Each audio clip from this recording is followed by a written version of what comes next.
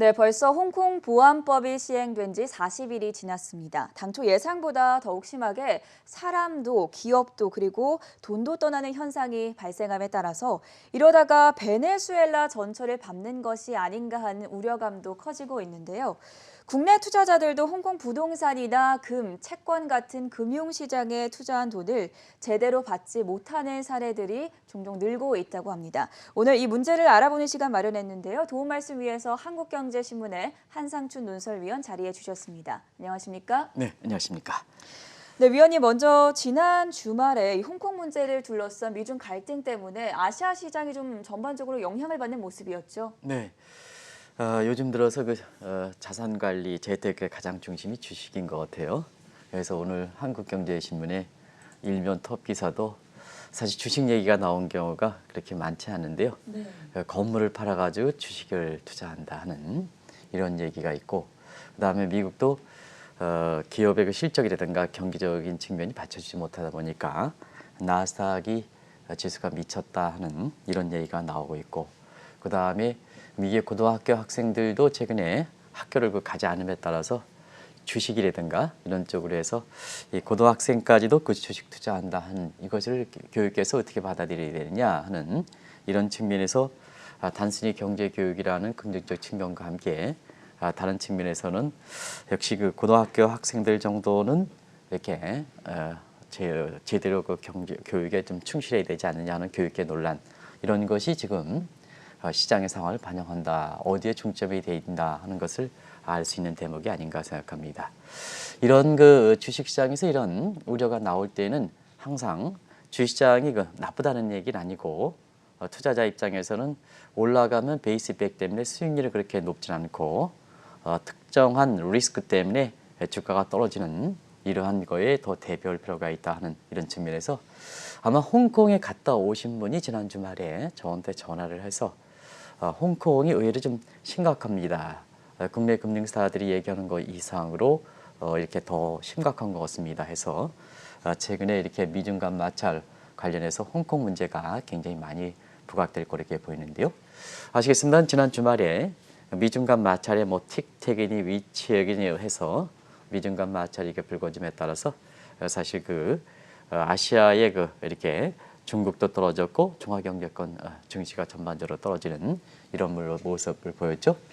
그리고 많은 부분이 이제 미국 증시 쪽으로 이렇게 주가되는 과정에서 사실 홍콩의 엣지 지수가 우리가 엣지와 결부된 여러 가지 ELS 상품, 물론 금융당국에서는 이번에 사전에 금융사과를 방지하기 위해서 많은 노력을 하고 있습니다는 이 엣지 지수가 ELS에 이렇게 벤치마크 지수에 해당되거든요.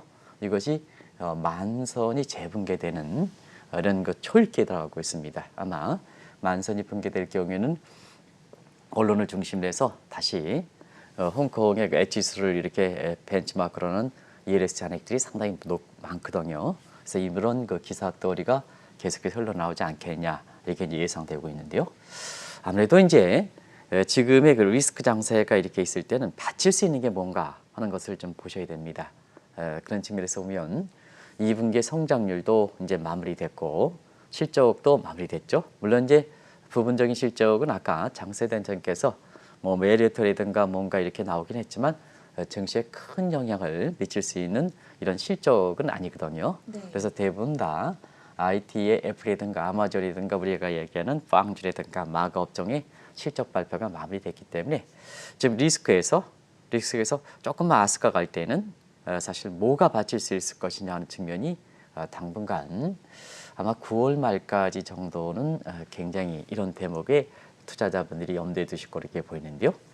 그런 측면에서는 앞으로 한 달 이상 기간 동안에 정책 장세 내지는 국제 정세 장세가 되지 않겠냐 이렇게 보고 있습니다. 그런 측면에서 정책 장세에서 가장 관심이 되는 것이 미국의 경기 부양책이죠. 네. 그래서 미국의 경기 부양책이 지금은 얼마나 끌어올릴 수 있을 것이냐. 요것 이제 뉘앙스가 상당히 다른 겁니다. 얼마나 끌어올릴 수 거냐. 이미 이제 다우존스라든가 나스닥 지수기 종전의 주가 결정기로서 설명할 수 없을 정도로 많이 올라왔지 않습니까? 그러다 보니까 경기 부양책이 얼마나 끌어올릴 수 있을까 하는 이런 뉘앙스를 한번 잘 보실 필요가 있다는 걸 말씀드리고요. 그다음에 대선 이전까지는 아무래도 그 트럼프 대통령이 사실 여러 가지를 궁지에 몰리다 보니까 중국이라든가 최대 이렇게 미 유권자들의 그 표심을 끌어올릴 수 있는 이런 쪽의 타겟을 집중시킬 수밖에 없거든요. 그런 과정에서 미중 간 마찰 문제가 이렇게 최대 그 증시에서는 악재로 부각될 수 있는 이런 것이 월가의 그 분위기다 이렇게 됐습니다. 그래서 증시 전체적으로 보면 지금 올라간다 과열 분위기지만 내부적으로는 리스크적인 측면에서 사실 이렇게 점점점 불어오르는 그 리스크 문제. 과거 주가가 안 좋을 때는 그 리스크에 대해서 더 엎어가지만 주가가 높을 때는 그 리스크에 민감하게 반응한다 하는 이런 측면에서 시청자분한테 앞서 캐서분이라든가 장 센터장이 좋은 쪽에 지식을 했습니다는 저는 그와 보완해서 그런 월가의 분위기를 좀 말씀드리도록 하겠습니다. 정책과 국제 정세 가운데 이제 국제 정세의 경우에는 미국과 중국의 마찰을 좀 중요하게 보고 계신 거잖아요. 네네. 새로운 악재로 작용할 가능성이 커 보이십니까? 요즘 그 트럼프 대통령이 이제 전당대회가 이렇게 이제 이번 조만간 좀 마무리돼서 뭐 대통령 후보야 트럼프 대통령이 되겠죠. 근데 요즘 제스처 보면 어떻습니까? 전 앵커 보면 제스처가 큽니까 적습니까? 아주 크죠. 크죠. 네. 아주 크죠. 제스처가 과거에 비해서는 굉장히 제스처가 큰 모습을 이렇게 보이는데요. 과거 리얼리티 쇼 할 때 본인이 궁지에 몰렸을 때는 이런 이렇게 본인의 이렇게 아주 이렇게 나오는 그 행동들이 굉장히 크다 이렇게 보시면 되겠습니다. 그만큼 대선을 앞두고 이젠 3개월도 이제 못 남았어요. 네. 못 남고 본인이 그만큼 아주 궁지에 몰리는 상황이 아닌가 이렇게 보고 있습니다. 그런 과정에서 막판에 뒤집기 할 때 이렇게 옥토버 서프라이즈가 필요한데요. 지금은 대내 문제 가지고는 이제 대선이 11월 3일이니까 2개월 정도 남고 미국의 유권자들은 어느 정도 자기의 그 표심이 결정된 상태거든요. 그래서 대내 문제 가지고 지금 그 옥토버 서프라이즈를 만들기는 굉장히 힘든 이런 시점이다 이렇게 됐습니다.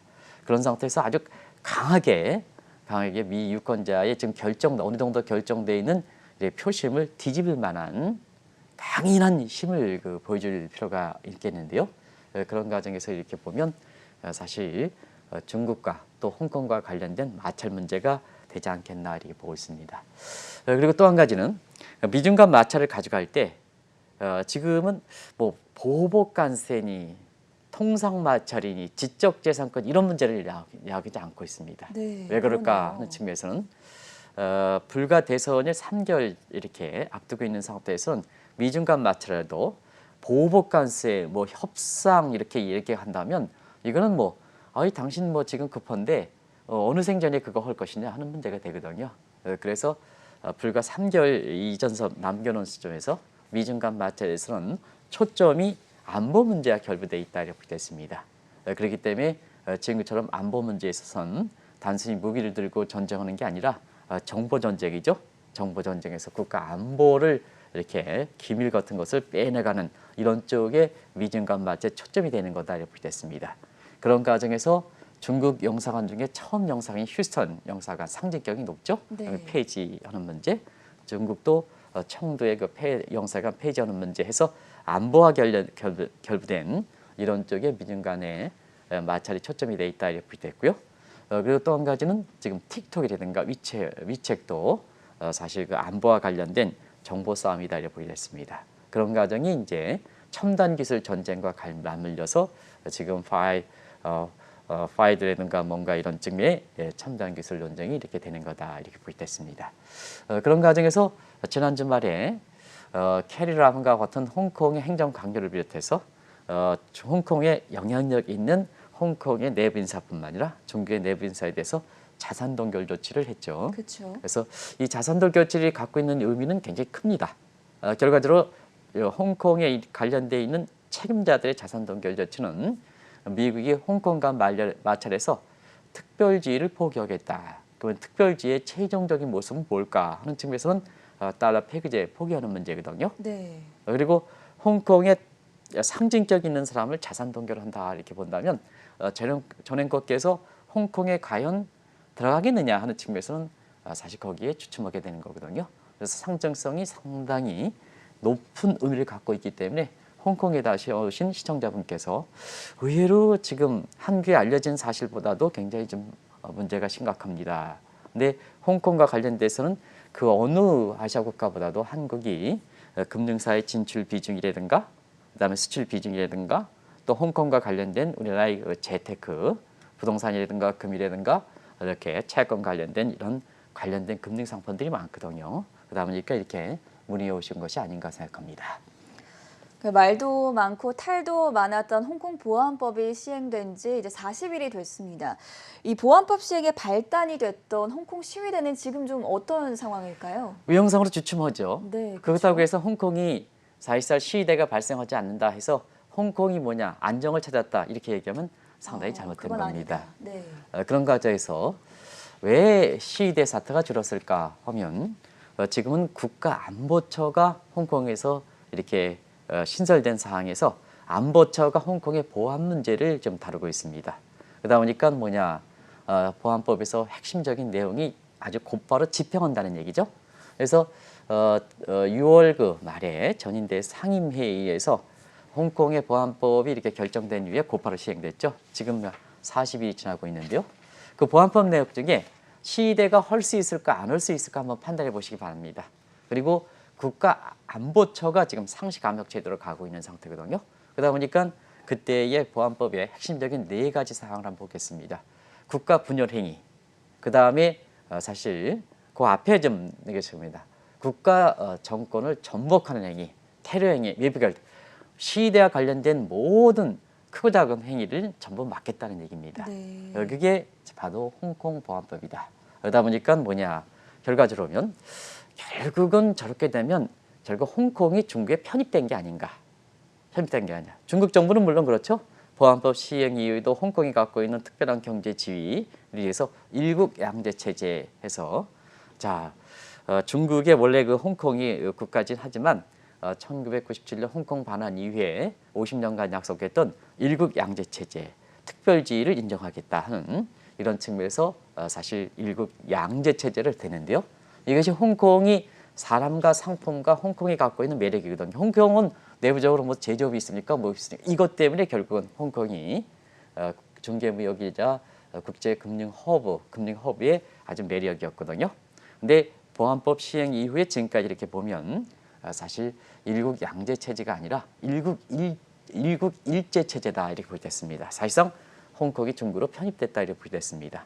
그러다 보니까 사실 이번에 캐리 라빈이라든가 이런 거에서 미국의 제재를 가할 때 일국 양제 체제가 이렇게 유지되지 않는다.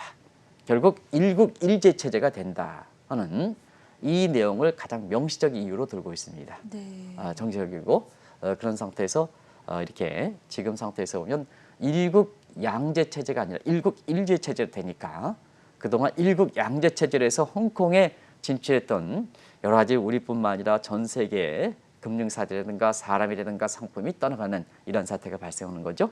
이런 것이 지금의 보안법 시행 이후에 40일간의 홍콩의 모습이다 이렇게 됐습니다.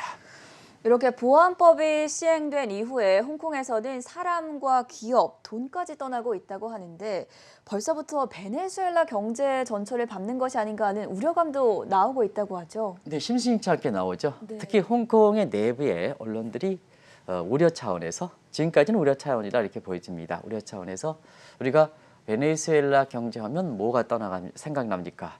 사람도 떠나가고 여기 지식인이 떠나간다는 얘기죠. 일반 사람들은 안 떠나가고 지식인이 떠나가고 기업도 떠나가고 돈도 떠나간다. 이게 베네수엘라 전철을 밟을 때 상징적인 문구였었죠. 그런 과정에서 돈도 떠나고 기업도 떠나고 그 다음에 사람도 떠나가느냐 하는 것을 지금부터 3가지 현상을 한번 보겠습니다. 홍콩 경제는 최근 들어서 3가지 트리플 도넛 현상이 아주 심하게 발생하고 있다 이렇게 됐습니다. 그래서 저뿐만 아니라 많은 사람이 홍콩과 관련돼서 홍콩하면 자금 아닙니까? 외국인 자금이 홍콩을 떠나는 홍콩 플러스 엑시트에서 헥시트라는 용어가 있죠. 네. 이런 현상이 시간이 가면 갈수록 더 심각해지고 있다 이렇게 됐습니다. 그리고 외국 기업들도 홍콩에서 철수해서 본고로 들어가는 리쇼어링가 아니면 베트남과 싱가포르가 아니면 인도로 이렇게 하는 니어쇼어링 움직임이 굉장히 가속되고 있다 이렇게 됐습니다. 그리고 뭐니 해도 홍콩 시민 중에서도 비교적 이렇게 영국이라든가 미국의 연고권을 갖고 있는 뭐 지도층에 해당되겠죠. 뭐 있는 사람들에 해당이 되겠죠. 미국과 영국으로 이민자 수가 급속히 증가한다고 보겠습니다. 여기서 이제 한 가지 보면 홍콩에서 떠나는 사람들이 홍콩에서 자산을 많이 갖고 있는 사람들이거든요. 이런 사람들이 영국으로 이민될 때는 영국이 브렉시트에서 아우타키적 성격을 갖고 있지만 영국이 과거에 홍콩을 반환하기 전에는 본인들이 조차권을 갖고 있는 상태거든요.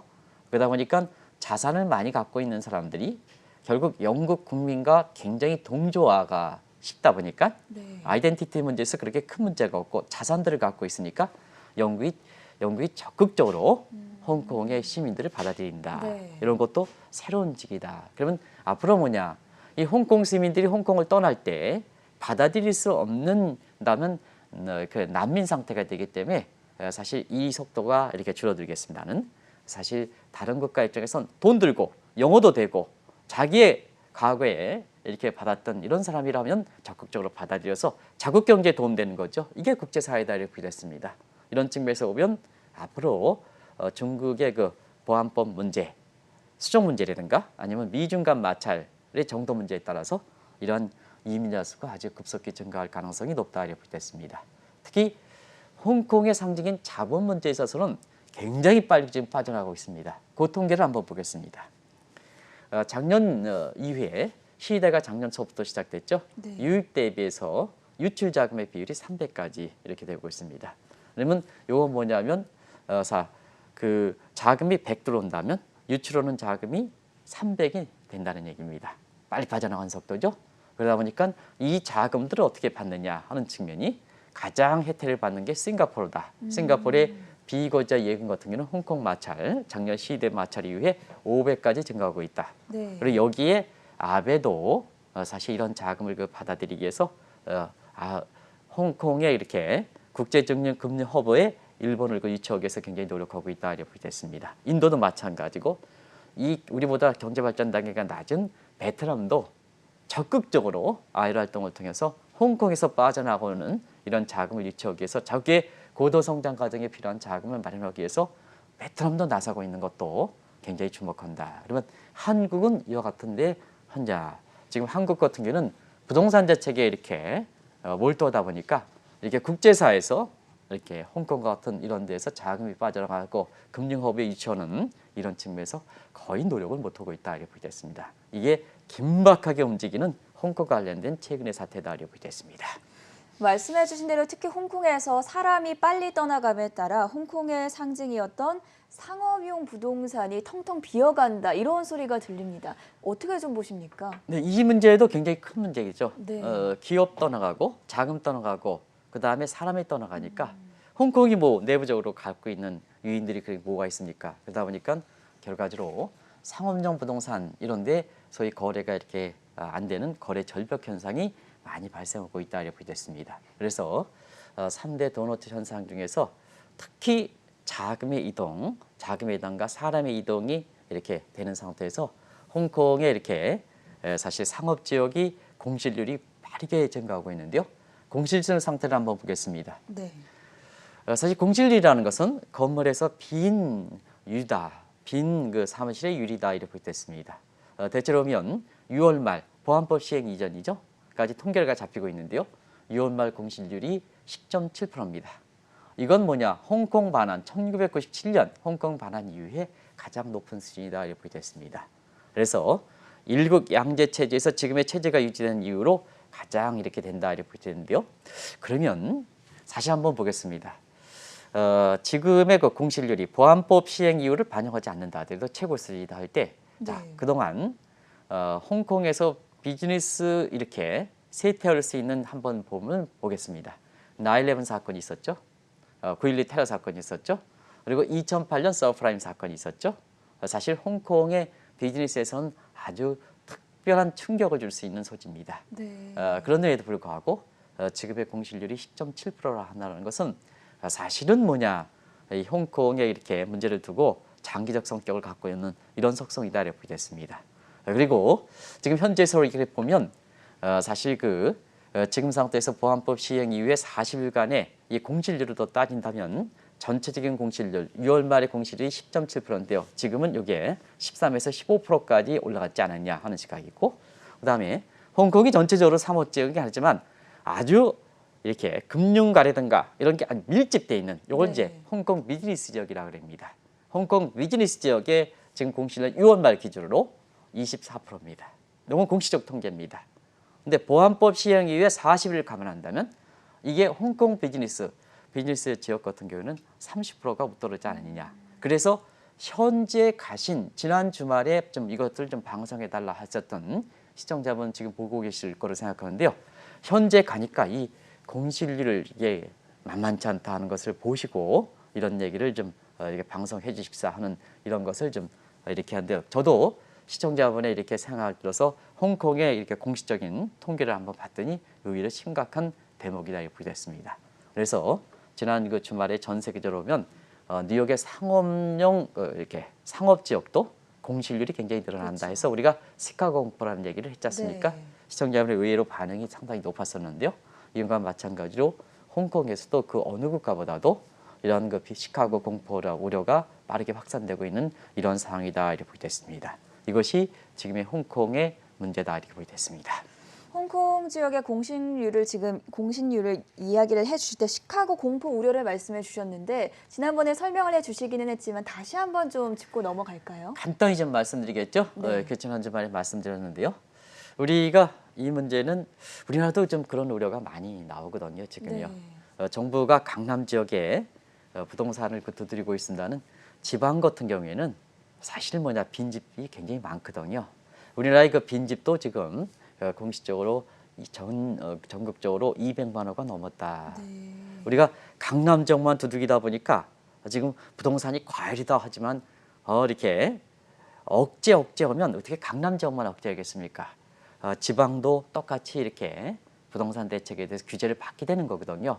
근데 지방 경제는 뭐냐? 지방의 부동산은 더 거꾸로지는 상태거든요. 일부 소위 강남에 대체할 수 있는 지역은 전부 어렵게 되거든요. 그런 상태에서 강남 지역만 잡다 보니까 지방 같은 경우는 공실률이 이렇게 지방 같은 경우는 이렇게 빈집이 더 늘어나는 거다 이렇게 보게 됐습니다. 그런 과정에서 이런 시카 공포 문제가 남의 나라 이름만은 아닌데요. 아시겠습니다만 이것이 이렇게 과거 디트로이트 시카고 하면 자동차 산업이죠. 그러니까 노조에 의해서 사실 이것이 완전히 세계적으로 자동차가 한국에도 추월당할 최근의 상황은 좀 다릅니다는 한국에도 추월당했다 이런 얘기가 나올 정도로 노조에 의해서 그 미국의 상징격에 해당되는 포드라든가 이런 게 이렇게 어려지는 상태에서 근로자들이 결국 어렵게 되는 거거든요. 근로자들이 어렵게 되니까 근로자 살았던 아파트라든가 이런 집이 빈집이 되면서 결국 범죄 소굴이 된다. 그래서 시청자 여러분도 많은 그 영화를 통해서 시카고가 얼마나 어려웠던 상황이 잘 아실 거로 생각합니다. 지금은 IT라든가 엔터테인먼트에서 지금의 시장 때문에 완전히 이렇게 시장 때문에 완전히 개조가 돼서 시카고가 대시해놓고 있습니다는 사실 과거에는 이렇게 됐다 이렇게 됐습니다. 이 문제 관련해서 이렇게 보겠습니다. 정부 당국에서도 자 그러면 시카고 공포는 미국만의 문제냐 할 때는 다른 나라도 마찬가지거든요. 네. 이태리라든가 그다음에 프랑스라든가 영국이라든가 일본도 빈집이 급증하는 상태인데요. 거기에서는 눌렀느냐 한번 보겠습니다. 눌렀느냐 그때는 사실 그 대표적으로 이탈리아 같은 경우는 시카고 공포가 굉장히 미국의 국가 중에 가장 심했는데요. 자 이런 시칠리아 섬이라든가 이런 소위 마약이라든가 이런 식으로 해서 거래가 많았던 지역에서는 오히려 이 빈집들을 이렇게 홈레스라든가 이런 쪽에 전부 이렇게 공짜로 줬거든요. 네. 상징적으로 1유로만 받았습니다. 우리나라에서 보면 빈집에서 1유로 지금 우리나라 돈으로 한 1,500원 정도 이렇게 되는데요. 근데 왜 그렇게 받냐면 네. 사람이 들어오게 되면 홈레스들이 들어오게 되면 비닐을 칩니다. 바람이 안 들어오게 해서. 그리고 거리에 나와 있는 빈 가재 넣게 되죠. 쓰레기 청소하게 되죠. 그러다 보니까 시청자 여러분이 아시겠습니다만 건물이라든가 빈집이 아파트 같은 것이 빈집이 되면 관리가 안 함에 따라서 그렇죠. 강가상각기가 급격히 떨어지게 되거든요. 그건 국부의 손실입니다. 국부의 손실입니다. 그래서 현 정부 입장에서는 지금 부동산 관련해서 일부 지역만 잡겠다고 이렇게 계지만 다른 지역이 빈집이 늘어난 상태에서 우리 국부가 얼마큼 손실을 되는가 하는 것을 바로 뭐냐 시칠리아 예를 들어서 이어서 사람이 건물이라든가 아파트라든가 이런 사람이 살아야 된다. 어쨌거나 사람이 살아야 된다. 온기가 돌아야 된다. 그래야지 국부를 막을 수 있다 하는 측면에서 지금 상태에서는 한계 부동산 대책이 얼마큼 잘못되어 있는가 하는 것을 이렇게 보여주기 위해서 오늘은 이 문제를 가지고 좀 시간을 갖고 말씀드렸습니다. 지금까지 살펴본 것만 해도 단기간에 상황이 좋아질 것 같지는 않은데 향후 홍콩 문제가 더 어려움을 겪지 않겠습니까? 결국 경제 문제죠. 네, 홍콩은 중개무역이고 금융의 허브지 않습니까? 그렇죠. 사람 이동이 자유되고 상품 이동이 자유되고 자금 이동이 자유이죠. 자유로우면 경제가 고성장하는 거고 자유롭지 못하면 경제가 급격히 떨어지는 싱가포르 쇼크가 걸린다 이렇게 됐습니다. 그러면 홍콩이 싱가포르 쇼크 현상이 어떻게 나타날까 하는 것을 수치 가지고 말씀드리겠습니다. 시대가 처음 발생했던 작년 2분기가 마이너스 국면으로 떨어졌죠. 마이너스 2.8%. 그 다음에 작년 그 4, 4분기가 마이너스 3%. 그래서 물론 조기 사이에 3분기도 마이너스가 됐었죠. 그다음에 올해 1분기 마이너스 9%까지 떨어졌고 2분기도 9%로 지난주말에 나왔습니다. 이건 홍콩이 GDP 통계를 발표한 1974년 이후로 가장 낮은 수준이다. 그리고 2분기 성장률 대부분 다 올라갔죠. 올라갔죠. 네. 특히 이제 홍콩에 직접적으로 연관되어 있는 중국을 한번 보겠습니다. 여러분 중국은 올해 1분기에 마이너스 6.8% 빠지다가 2분기에는 3.2%로 수직 반등했죠. 근데 홍콩은 1분기에 마이너스 9.1%, 2분기도 마이너스 9% 이렇게 됐죠. 네. 이렇게 되다 보니까 본토에 해당되는 물론 미국 입장에서는 본토라 그러면 안 되겠지만 본토에 해당되는 홍콩 경제에 절대적으로 영향을 치는 중국 경제가 올해 1분기 대비해서 수직 반등했는데요. 홍콩 경제가 사실 뭐냐 1분기에 전년 동기비 마이너스 9.1%, 2분기도 마이너스 9% 이렇게 보면 결과적으로 보면 홍콩이 쉽게 경기가 회복되지는 않겠다. 그래서 나가는 사람이 들어오고 그 다음에 나가는 자본이 들어오고 나가는 기업이 들어온다. 이것은 상당히 구조적 성격을 갖고 있다 하는 것이 바로 이 문제다 이렇게 보겠습니다. 근데 위원님 문제는 우리입니다. 국내 투자자들 가운데서도 이 홍콩과 관련된 금융상품에 돈을 투자를 했다가 못 돌려받는 경우도 있다고 들었는데 이 문제는 좀 어떻게 보면 좋을까요? 네, 계속해서 이 문제는 터져 나오고 있죠. 네. 뭐 젠트 파트너스라든가 이런 데에서는 홍콩 관련된 채권이라든가 금과 관련된 이런 쪽이 일부 이렇게 증권사가 굉장히 곤혹을 치를 만큼 그 뭐 CEO라든가 이런 사람들이 투자자한테 이렇게 이거 어떻게 하겠느냐 하는 측면에서 나서서 제가 그 증권사의 CEO는 말씀드리지 않겠습니다. 그리고 이러한 무역금융과 관련된 이런 것을 리서치 센터에서 만들어서 준 증권사도 있습니다. 네. 이렇게 그런 상태에서 지금은 우리 뭐 이렇게 홍콩 관련돼서 구조적 성격으로 이렇게 극복되지 않는다면 우리 입장에서는 가장 큰 피해가 되는 거죠. 왜 그러냐면 우리 수출 비중 많죠. 왜냐하면 이건 홍콩을 통해서 중국에 수출하는 비중이 많기 때문에 그렇습니다. 그리고 홍콩을 통해서 자금 조달하는 게 우리나라가 가장 많죠. 그리고 국내 금융사와 증권사들이 홍콩에 가장 많이 진출해 있죠. 그리고 홍콩에 엣지스란 ELS라든가 이런 잔액들이 많죠. 그러다 보니까 홍콩 문제가 이렇게 많이 이렇게 빨리 개선되지 못한다면 결과적으로 우리가 큰 피해가 된다 이렇게 됐습니다. 벌써부터 아시겠습니다는 홍콩의 부동산과 관련된 상품의 만기가 됐는데도 불구하고 이런저런 이유로 지금 홍콩의 부동산과 관련된 담보가 좀 팔지 않기 때문에 그렇습니다. 이렇게 얘기하는데요. 사실 고객 입장에서는 만기가 되면 전행코드 만기가 되면 내가 돈이 얼마큼 나오겠다 해서 여러 가지 자금 계획이 있는데 네. 사실 홍콩 관련된 부동산 관련된 상품이 만기가 되더라도 이게 담보로 어떤 이렇게 부동산이 이렇게 팔리지 않기 때문에 그렇다 이렇게 얘기하면 어떻게 하겠습니까? 그리고 금과 관련된 거래업체에 넣어서 사실 관련돼 있는 금융 상품들이 지금 판매가 연기되고 있죠. 그리고 채권과 관련된 안전하다는 채권 관련된 상품들이 지금 만기가 연장되고 있죠. 네. 이렇게 되면 결과적으로 만기 연장되면 빨리 홍콩이 극복하느냐? 못 극복하면 결국 판매 중단이 되는 거죠. 연기해서 중단이 되는 거죠. 중단되면 금융 사고가 되는 거죠. 그래서 우리가 보면 최근에 젠투 이렇게 되니까 이런 쪽에서 이렇게 보면 일부 증권사들이 지금 CEO까지 나와서 이 문제에 대해서 이렇게 고객들에 대해 이렇게 얘기하는 이런 사태가 발생하고 있는데요. 이게 뭐냐? 사실은 홍콩 문제가 작년에 시대 문제가 처음부터 나왔을 때 우리가 여유가 있을 때 국내 금융사, 증권사, 우리 정부 투자자들도 여유가 있을 때 대비해야 되는 겁니다. 그런데 현지에 있는 사람 전화하니까 크게 문제가 없습니다. 이게 되겠느냐? 네. 이게 리스크 매니지먼트냐? 그러면 같은 이렇게 똑같은 문제, 리스크 매니지먼트가 비교적 잘 돼 있는 이것이 ELS든 금과 관련된 이런 대형 증권사 중에 일부의 것은 이번 금융 사고로 인해서 거의 대선 충당이라든가 이런 거 쌓지 않고 굉장히 수익이 되는가 하면 나머지 증권사들은 이런 문제가 아직 2분기에 실적 반영으로 되지 않는 상태거든요. 그래서 그 증권사 같은 경우 2분기에 이런 문제 사고를 치른 이런 문제에 대해서 사실 그 반영되지 못해서 실적이 좋게 나오긴 하지만 나머지 뭐냐 그런 금융사가 이렇게 사고가 터져서 그런 분이 실적에 반영될 때는 또 그 증권사의 이렇게 실적에 악영향을 미쳐서 주가가 폭락하게 되는 이런 사태가 맞게 되거든요. 네. 그래서 지금 이 홍콩 문제가 결과적으로 보면 자 쉽지는 않은 상황이다. 우리가 보면 만약에 지금 마지막으로 버티고 있는 홍콩의 그 달러 폐기제 문제가 지금 이게 많이 되고 있는데요. 폐기제 문제가 만약에 포기가 될 때는 어떤 사태가 발생하느냐.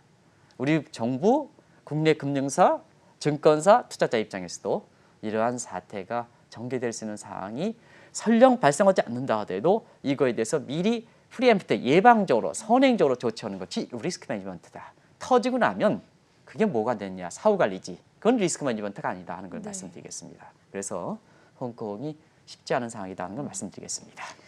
네, 홍콩 보안법이 시행된 지 40일 정도 지난 시점에서 홍콩의 경제 상황과 투자 현황에 대한 자세한 진단을 들어봤고요. 지금까지 한국경제신문의 한상준 논설위원과 함께했습니다. 말씀 고맙습니다. 네, 고맙습니다.